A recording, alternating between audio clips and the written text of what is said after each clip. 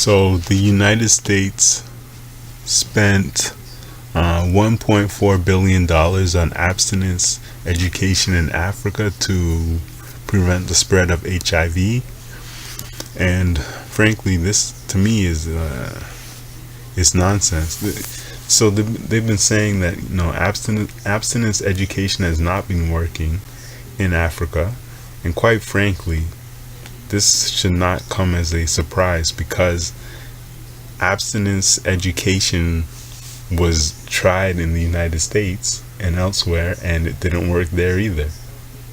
So if you try something and doesn't work in the United States, why would you think that it would work in some other place?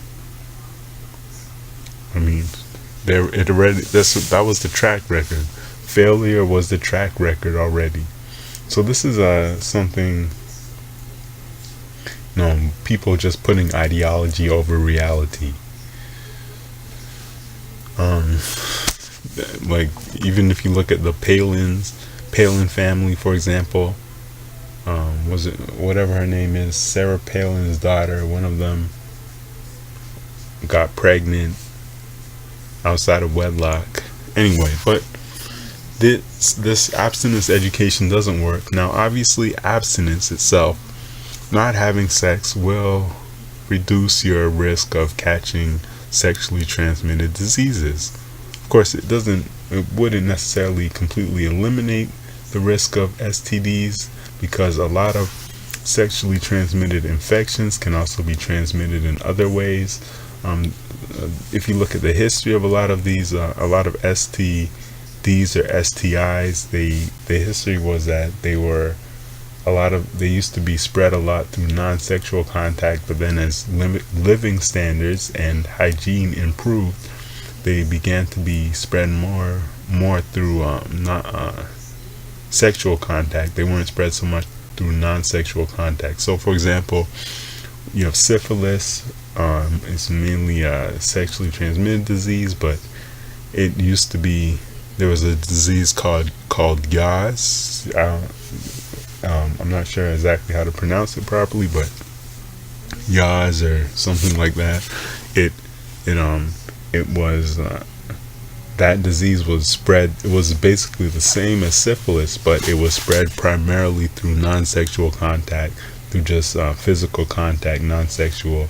Chlamydia used to be a disease that a lot of people caught, were infected with chlamydia in their eyes, for example. And of course, these diseases are still around. Just in wealthier countries, we don't usually get chlamydia infections outside of the genital areas, or syphilis. We don't usually get YAS. We get syphilis, or people get. So it's just it has to do with improved hygiene, improved standards of living, things like that. It reduces the spread of certain infections. So then they become mostly only spread through sexual contact. So then they become known as STDs, right? So yes, you will, if you don't have sex, you will probably not get infections through having sex, or you won't get infections by having sex. But the problem is the question is whether or not abstinence education what makes people become abstinent. I think that the answer to that, based on all the evidence of when they used abstinence education, the answer is that no, it does not cause people to be abstinent. People being told to be abstinent does not make them abstinent. People don't listen. It's just like, people, that whole just say no to drugs, that didn't work. Just because you tell people to do something, or you teach them in school, doesn't mean they'll listen. And people just don't listen when you tell them to be abstinent.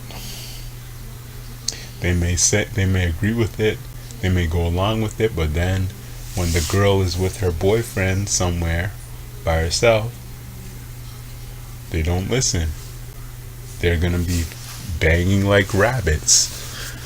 even despite all the abstinence education, because because people like to have sex, so their hormones and all that stuff will take over as soon as they get the opportunity to have sex, and they're not going to listen to abstinence education.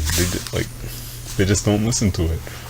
So yes, it doesn't work. It was a waste of money. It's a waste of money, waste of time. It doesn't work. And people, they need to I don't know, it's just a waste of money.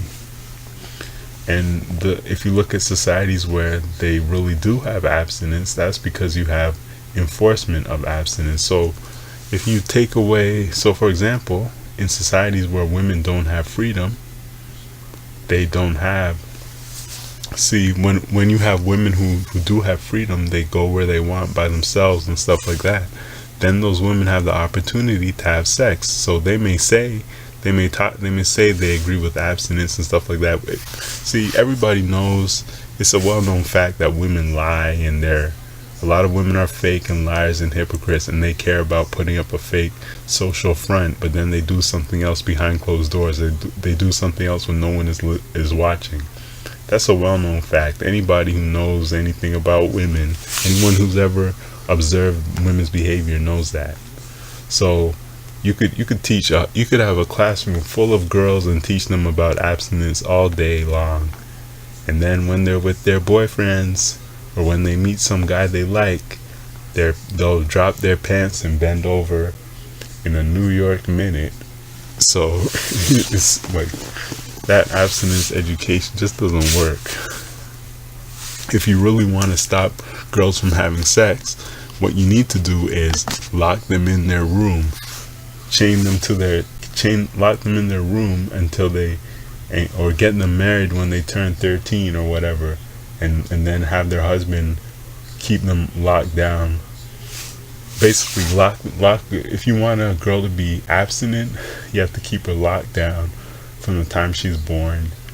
Then when she reaches puberty, or when she gets older, get her married to some guy, and then he keeps her locked down. And that's how you stop girls from having sex with different men. But if you give women any type of freedom, yeah, what do you think's gonna happen? They're gonna have sex with the most attractive men. That's what they're gonna do.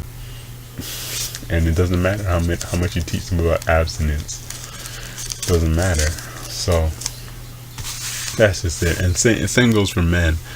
Men, you could teach men about abstinence all day, but as soon as if a man gets an attractive woman who's available to have sex with him, all the blood will flow straight down out of his brain to his penis.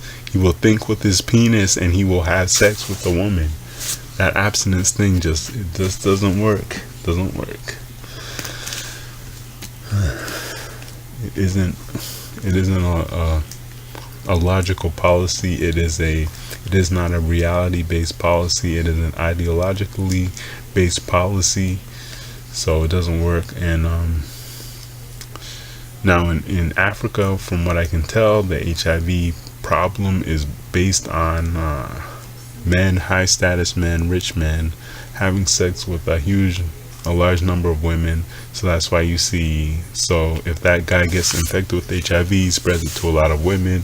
He maybe has polygamous, multiple wives, so his wives get infected, and his girlfriends and mistresses get infected. So that's why you see women have higher HIV rates in Africa.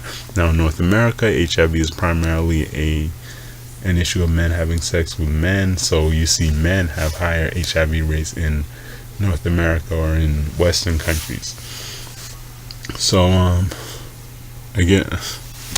anyway, abstinence doesn't work. Abstinence education doesn't work. Abstinence would work, I guess. If they wanted abstinence, maybe they should give kids porn or something. Teach them to masturbate. That would probably lead to more abstinence. But of course, conservative people would not support that, of course. So hey, it is what it is. I mean, and the other thing is, they could teach gay people to be abstinent in the United States or something. That would reduce HIV in the United States. Anyway.